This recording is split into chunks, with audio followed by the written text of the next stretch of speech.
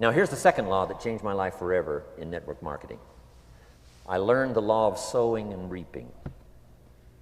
And in the law of sowing and reaping is also the story of the law of averages. Jot this down. The story of the sower comes from the Bible. I'm an amateur on the Bible, but this is such a useful story. Here's what the story says. And take the notes because the drama's in the details. The sower was ambitious. Evidently, he was ambitious. When you read the whole story, you'll conclude, yes, this was an ambitious sower. Here was number two. He had excellent seed. The sower who sowed the seed had excellent seed. And the excellent seed can be an excellent opportunity, an excellent product, an excellent story. So we've got an ambitious sower with excellent seed. But now here's the rest of the details of the story. For your information, for the drama of your life, so you can understand things better. Learning some of this is how I got rich by age 31. Okay.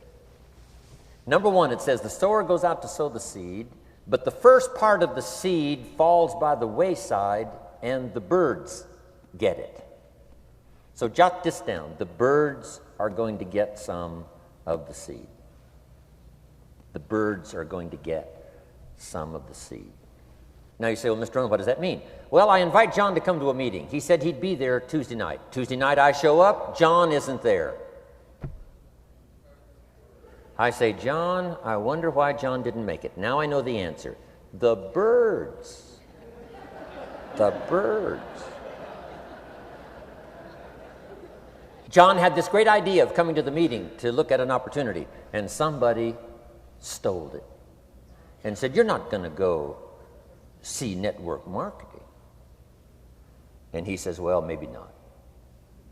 So have you jotted that down now? The birds are going to get some. Now, when the birds get some, you've got two options. Number one is to chase birds. And say, well, let me get a hold of the person that talked him out of coming to the meeting. I'll tear him a new page. But I wouldn't do this. Here's what happens if you go chasing birds. You leave the field. If you go chasing birds now, you leave the field, which is going to distract from your future, not add. So you can't chase birds and try to straighten this stuff out. Here's what it is. It's just one of those things. And here's the best comment when things are a little disappointing. Isn't that interesting? You just have to say, I thought sure he would be there. He promised me. He promised me. But I know it was the birds. And you just have to say, isn't that interesting? Now, here's the rest of the story. It says, the sower kept on sowing. See, that was the secret to his success. He kept on sowing. And if you keep sowing, you can sow more than the birds can get because there aren't enough birds. If you keep sowing, there are some birds, but there's not enough because the law of averages will work for you. My mentor taught me, he said, you know, Mr. Rohn, there's only 9 or 10 real nasty, miserable people in the whole world. Now, he says they move around a lot, you know, and you're liable to... You'll bump into one once in a while. But when you bump into one, you say, there's only 9 more like you. I can handle that in the whole world. Okay.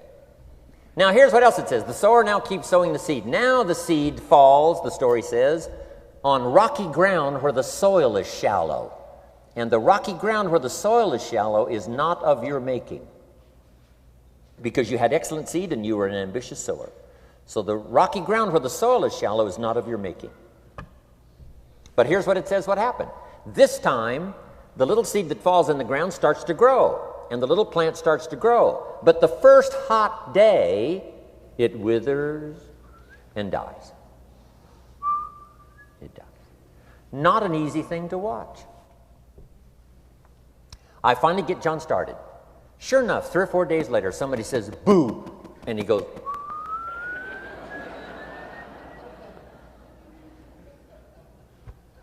he's gone.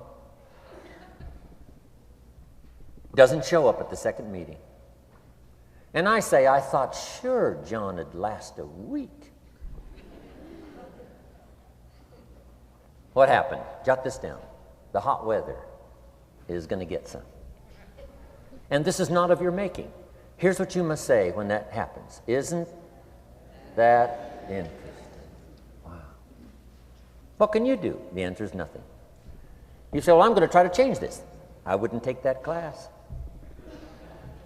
You know, the sun comes up in the east. Somebody says, why is that? I wouldn't spend much time on that. Just let that happen. Don't go for this why stuff. I'm giving you the answers here. The answers is in the structure and the consequences and in the deal. The answer is in the deal. Anything beyond that is not worth study. You say, well, how come some just last a little while? I wouldn't sign up for that class. Here's the answer. Some don't stay. You just have to jot that down. And when some leaves, you say, that's one of those that don't stay. Now you know what category to put them in. And you can't solve this now. You can't, it's like rearranging the seasons. You can't fool with that.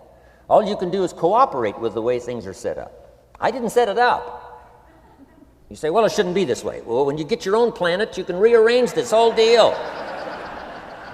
But on this planet, you're a guest. You got to take it as it comes. Now, here was the secret to the ambitious sower with good seed. It said he kept on sowing. Now, here's what he had to do to keep on sowing. He had to discipline his disappointment. This is a key phrase now to use the rest of your life. You must learn to discipline your disappointment, because you didn't set up the setup, and some are not going to stay, and that is not of your making. Now, if you made gross errors and you ran them off, see, that'd be different. Now, you're responsible for that. But if it's in the normal course of things, this is the way things are. Now, here's what it says. The sower keeps on sowing. Now it says the seed falls on thorny ground. And somebody says, well, how much of this do you have to go through? Well, hang on. It's not the end of the story now. Now the little seed falls on thorny ground, and now the little plant starts to grow again. But as the little plant starts to grow, the thorns choke it to death, and it dies. So jot this down. The thorns are going to get some. And that's not of your making. And what are these thorns? The story even called these little thorns, little cares, little distractions, little somethings. Who knows what all they are? I say, John, we had a meeting last night. You weren't here. John says, well, I can't make every meeting. I say, why not? You're part-time. He said, well, the screen door came off the hinges. And you just can't let your house fall apart. You got to take some time and fix things up. And I can hear the thorns going,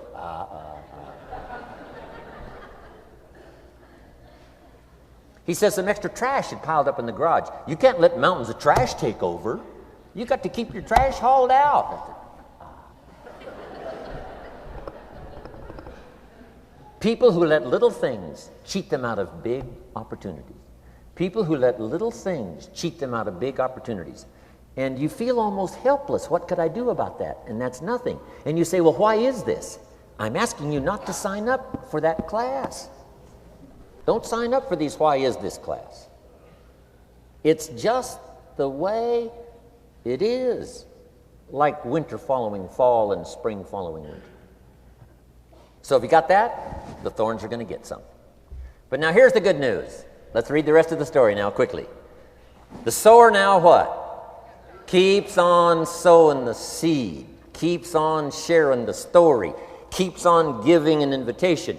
Yes, the invitation can be more powerful for me as it was 1 year later than it was the first month. Because now I'm saying I'm making twice as much money part-time as I'm making on my full-time job. Yes, the story can be more powerful, but the law of average is still going to work. But now here's what the story said. Finally, the seed falls on good ground. Finally, the seed falls on good ground. Now put this in parentheses. It always will, if you keep sowing. If you share a good idea long enough, it will fall on good people. But now here's the rest of that story. Some of the good ground did 30%. And some of the good ground did 60%. And some of the good ground did 100%. You say, well, why the difference in numbers? I wouldn't sign up for that class. Go on. Have I said that often enough now? Don't register for that class. It's just the way it is. Now, I tried to get the 30s to do 60. Found out it was more than I could handle. I used to say, I'll make them successful if it kills me. I almost died. No, you can't do that. Here's what you do. Let the 30s do 30 to the best of their ability and keep doing 30, because that's how they build their lifestyle and get what they want out of life. And let the 60s do 60, and let the 100s do 100s. Now, how can you get some to do 100%? You got to go through all these experiences, and you got to talk to all these people.